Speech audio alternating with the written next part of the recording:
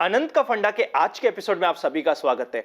आज के दिन था कंप्लीट ड्रामा वाला दिन। आज के मार्केट की बात तो करेंगे, इसे साथ ही साथ समझने की कोशिश करेंगे कि कल की क्या है एक्सपेक्टेशंस, कुछ इंपॉर्टेंट शेयर्स और उसके लेवल्स की भी बात करने की कोशिश करेंगे और आपकी काफी सारी क्वेरीज, इवन फार्मा से रिलेटेड क्वेरीज को हम इस वीडियो में सॉल्व करने की कोशिश करेंगे। मेरा नाम है Anant Ladda, CFA CS CFP LLB, open for all. Telegram का लिंक डिस्क्रिप्शन में, वरना आपको लगे यूजफुल तो टेलीग्राम पे जाके सीधा इन्वेस्ट आज फॉर कल सर्च करेंगे तो आपको ये ओपन फॉर ऑल चैनल मिल जाएगा। 75,000 से ज्यादा मेंबर्स उसका पार्ट बन चुके हैं। फ्रॉड चैनल से बच के रहिएगा, ओरिजिनल चैनल का पार्ट आप बन सकते हैं। चलिए शुरू करते हैं अनंत का फंडा का पहला पार्ट, जिसका नाम है मार्केट टुडे।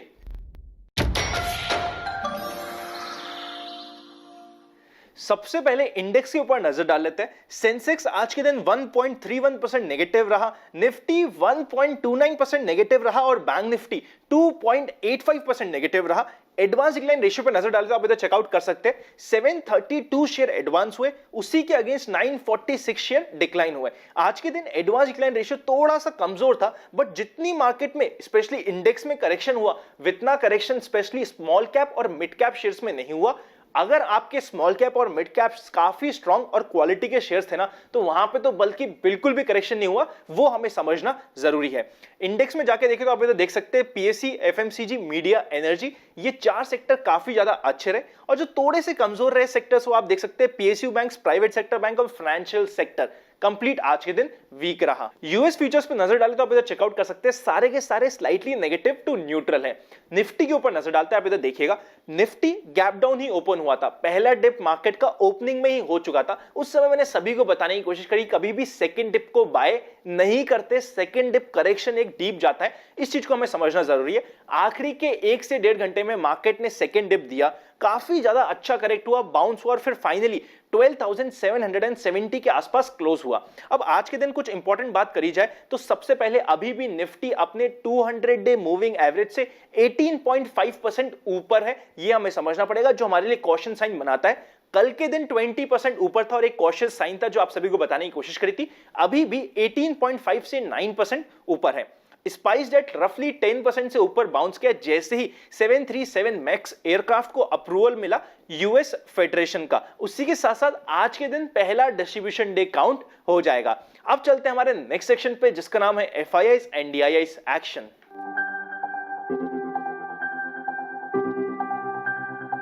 FIIs ने वापस से आज के दिन परचेज करी, 1100 करोड़ के आसपास की परचेज है। DIIs की तरफ से 2800 करोड़ की सेल है। नेट में 1500 करोड़ से ऊपर की सेल हुई है, एक बड़ा सेलिंग का फिगर है जिस पे नजर बनाना जरूरी है। अब चलते हैं हमारे नेक्स्ट सेक्शन पे, जिसका नाम है व्यूअर्स क्वेरी।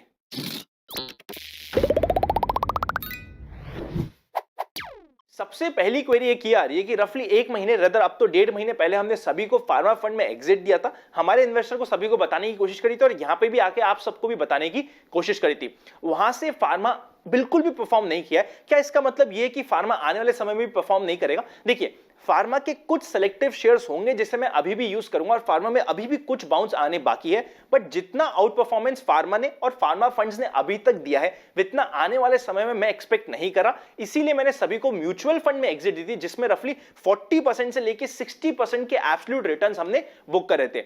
यह हमें समझना जरूरी है। मार्च और अप्रैल में एंट्री ली थी, वो समय एक ऐसा था जिस समय फार्मा को कोई पूछ भी नहीं रहा था और उस समय फार्मा बहुत अट्रैक्टिव था। आज के दिन हर कोई फार्मा के पीछे जा रहा है। फार्मा अभी भी परफॉर्म करेगा, जिसकी वजह से मैं डायरेक्ट शेयर्स में अभी भी कुछ फार्मा यूज करूंगा, बट उसका मतलब यह नहीं कि उसमें इतनी ज्यादा आउट परफॉर्मेंस आएगी जितनी अभी तक आई थी निफ्टी से रिलेटेड, निफ्टी के कंपैरिजन में। यह हमें समझना जरूरी है।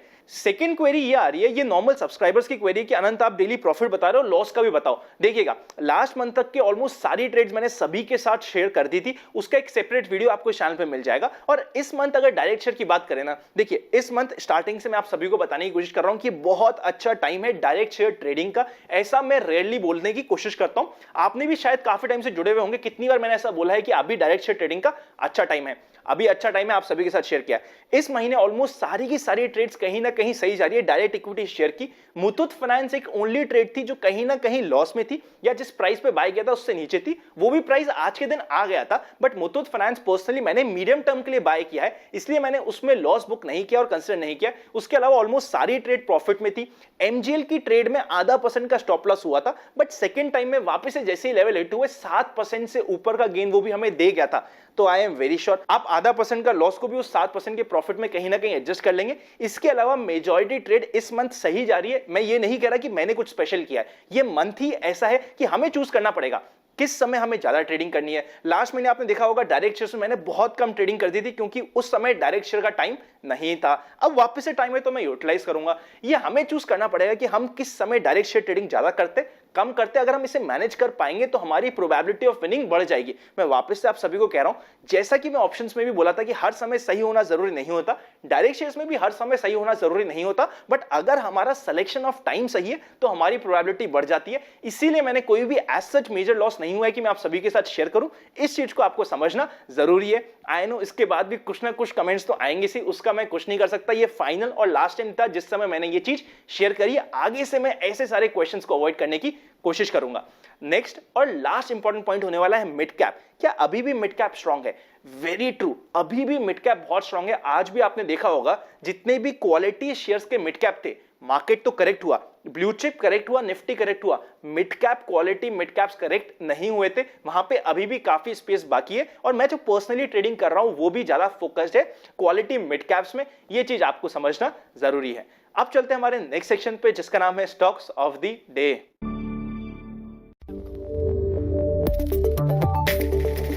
Stock of the day section में जैसा कि मेरा आप सभी से कमिटमेंट था, कुछ इंपॉर्टेंट शेयर्स जो मुझे लग रहे हैं उनके ऊपर मैं फोकस करने की ज्यादा कोशिश करूंगा विद प्रॉपर कमेंट्री।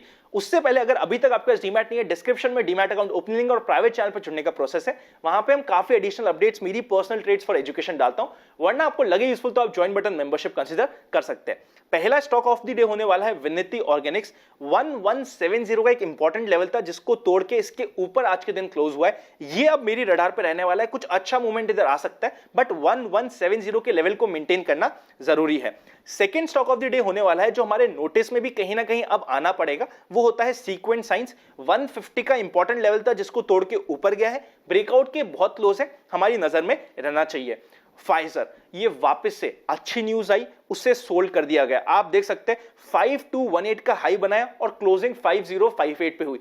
कभी भी न्यूज को देख के किसी भी शेयर के पीछे नहीं जाना है, ये हमें फाइजर सेकेंड टाइम हमें बता रहा है। पहले भी अच्छी न्यूज आई, हाई बना 5700, 5800, वहां से 5000 पे लिया है। इस बार अगेन हाई बना 5200, फिर 5000 के आसपास लिया है। ये हमें समझना जरूरी है। Next stock of the day होने वाला है कमेंट्स। इसको तो मैंने ओपनली सबके साथ भी शेयर कर दिया था। मजेदार शेयर है, आज अगेन 2.85% पॉजिटिव। मार्केट करेक्ट हुआ, ये करेक्ट नहीं हुआ, इसके ऑलमोस्ट तीनों लेवल्स कहीं ना कहीं पहुंच गए, हमारी रडार पे हो सकता है। Next stock of the day, ये वापस से एक बहुत स्ट्रॉन्ग शेयर है, केएनआर कंस्ट्रक्ट। रफली 3.08% पॉजिटिव रहा, मार्केट करेक्शन के साथ थोड़ा सा करेक्ट हुआ बट बाउंस उससे शार्प आया। आप इधर चेकआउट कर सकते हैं। 285 का एक इंपॉर्टेंट सपोर्ट लेवल होने वाला है, उसके नीचे 275 का सपोर्ट लेवल होगा। Next stock of the day होने वाला है बालाजी अमाइंस। 1000 के ऊपर जाते एक अच्छा ब्रेकआउट आता है और उस समय हमारी नजर में होना चाहिए। और last stock of the day ever ready, इसने तो धूम मचा रखी है मिड कैप कैटेगरी में। आज अगेन 7% के ऊपर पॉजिटिव रहा।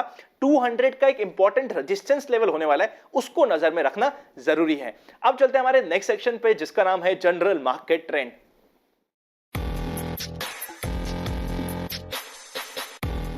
जनरल मार्केट ट्रेंड अभी भी अप ट्रेंड में है। एक डिस्ट्रीब्यूशन डे काउंट हो गया, उसके साथ एक कॉशन साइन वापस से मेंटेन करना जरूरी है कि अभी भी इंडेक्स अपने 200 डे मूविंग एवरेज से 18 से 19% तक ऊपर है। ये कॉशियस साइन है, इसलिए ट्रेलिंग स्टॉप लॉस की स्ट्रैटेजी अप्लाई करना कंपलसरी है।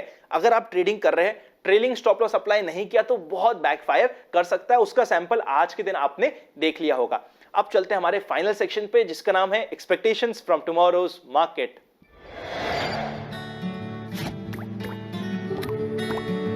सबसे पहले कॉल के हाईएस्ट ओपन इंटरेस्ट की बात करें तो 13,000, सेकंड हाईएस्ट ओपन इंटरेस्ट 13,500 और थर्ड हाईएस्ट ओपन इंटरेस्ट 12,900 का।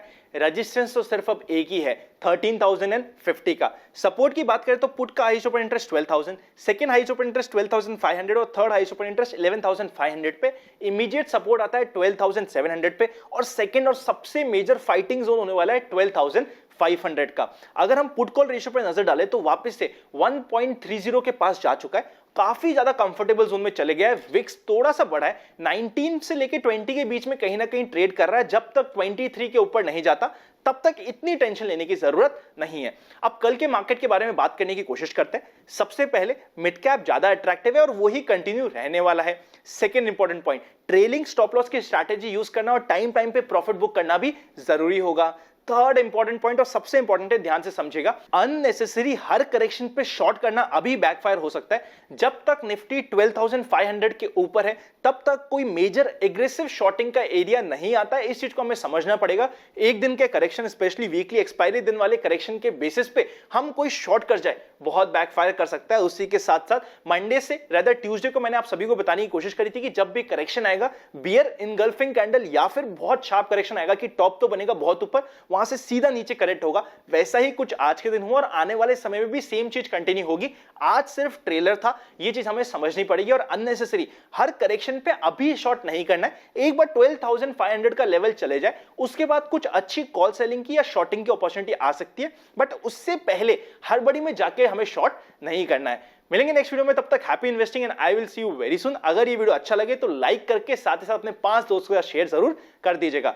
चैनल को सब्सक्राइब, बेल आइकन क्लिक नहीं किया जो कोई इंपॉर्टेंट वीडियो मिस हो जाएगा। Happy investing and I will see you very soon.